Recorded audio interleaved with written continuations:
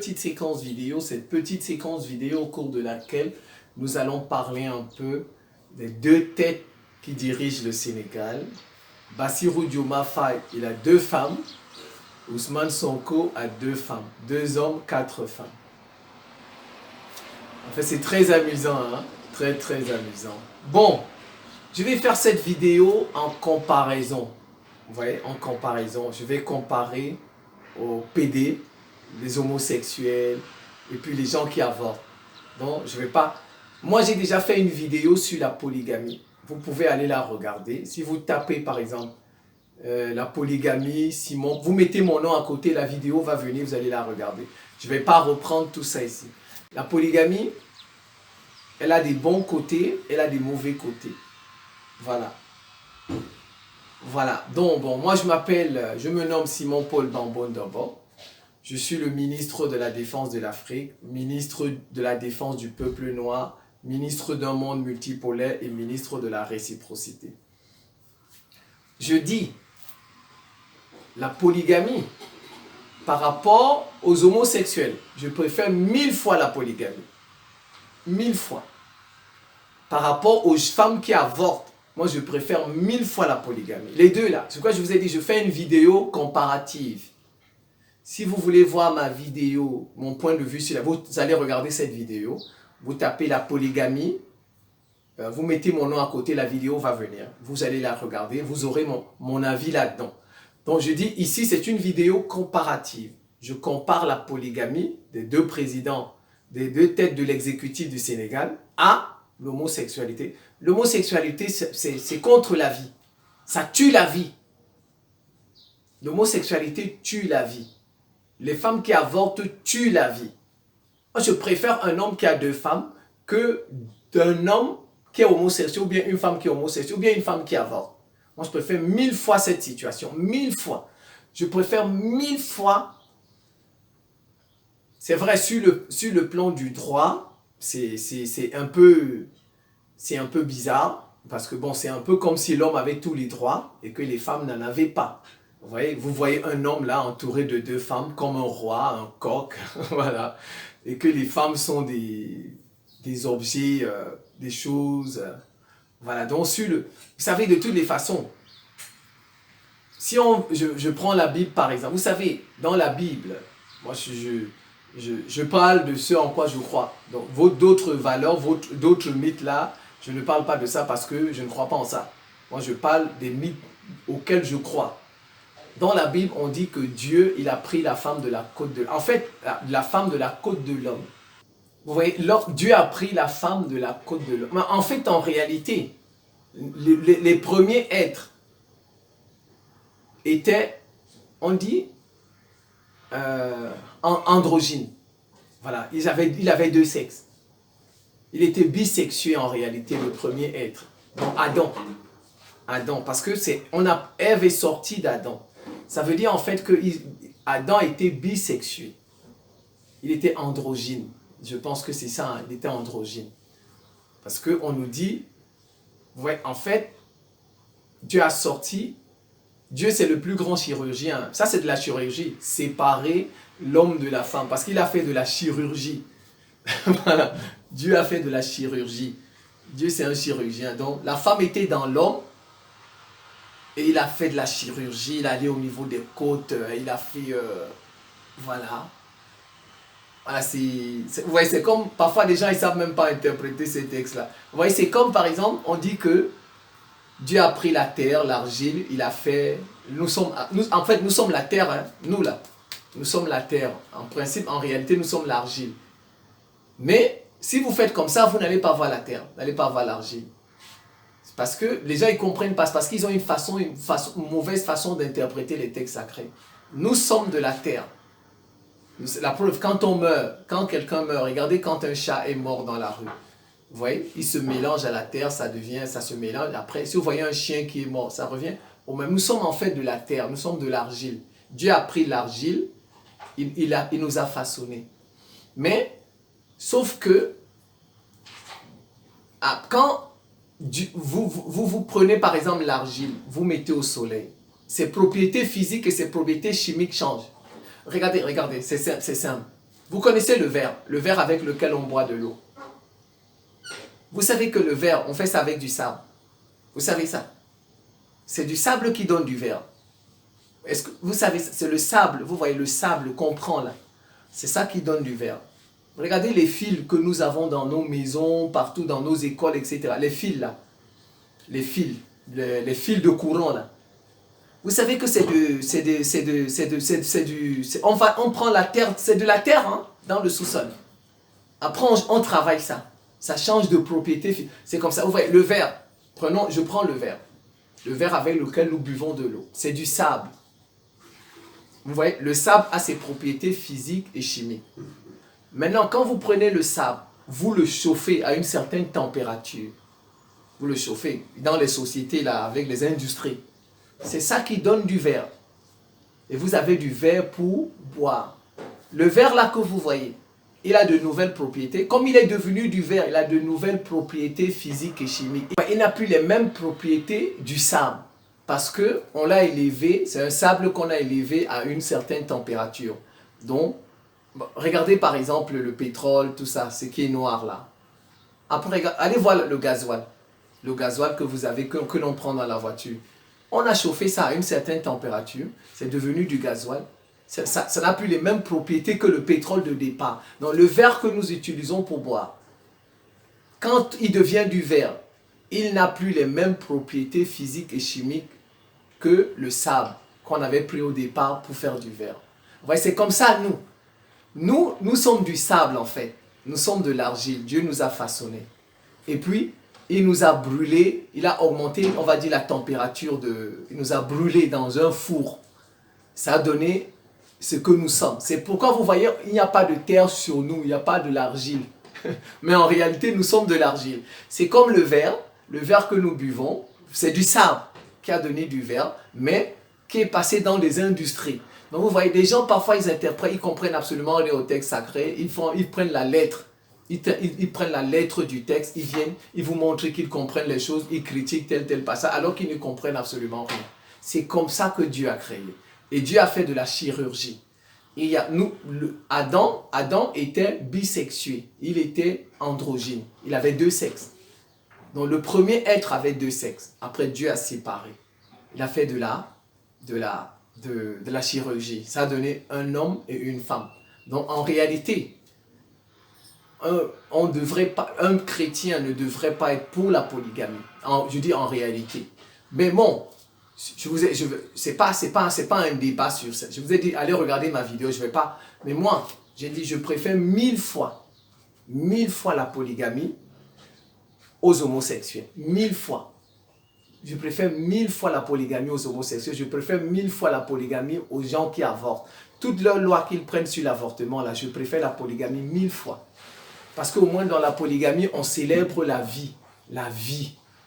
3 personnes qui vont donner des enfants, ainsi de suite. C'est la vie qu'on met en avant, la famille qu'on met en avant. Il y a des problèmes là-dedans, on ne dit pas non, mais au moins, pas des gens qui veulent détruire la vie. L'avortement, on détruit la vie. Les homosexuels ont détruit la vie. C'est pourquoi je suis contre les deux là. Je préfère 1000 fois en réalité, un homme ne suffit pas à une femme. Et une femme ne suffit non plus à un homme. On a besoin d'avoir parfois 2, 3, 4, des copines, des maîtresses, les femmes aussi. Donc vous savez, la monogamie, en fait, est une épreuve. La monogamie que vous voyez, c'est une épreuve. Quand vous voyez un homme et une femme qui disent monogamie, c'est une épreuve. Parce que tout au long de leur vie, ils vont rencontrer, pour le cas de l'homme, il va rencontrer de nouvelles femmes. Et qu'il va parfois apprécier plus que sa femme. Bon, bien sûr, c'est un leurre. C'est sur le coup, il va apprécier plus que sa femme. Peut-être en vivant avec elle, il va se rendre compte que c'est pas une bonne femme. Vous voyez? Et la femme aussi, au cours de sa vie, elle va rencontrer beaucoup d'hommes. Et qu'elle va apprécier. Donc en réalité, la monogamie est une épreuve. C'est une épreuve de la vie pour nous éprouver. Voir notre capacité à nous retenir. Vous voyez? À nous retenir.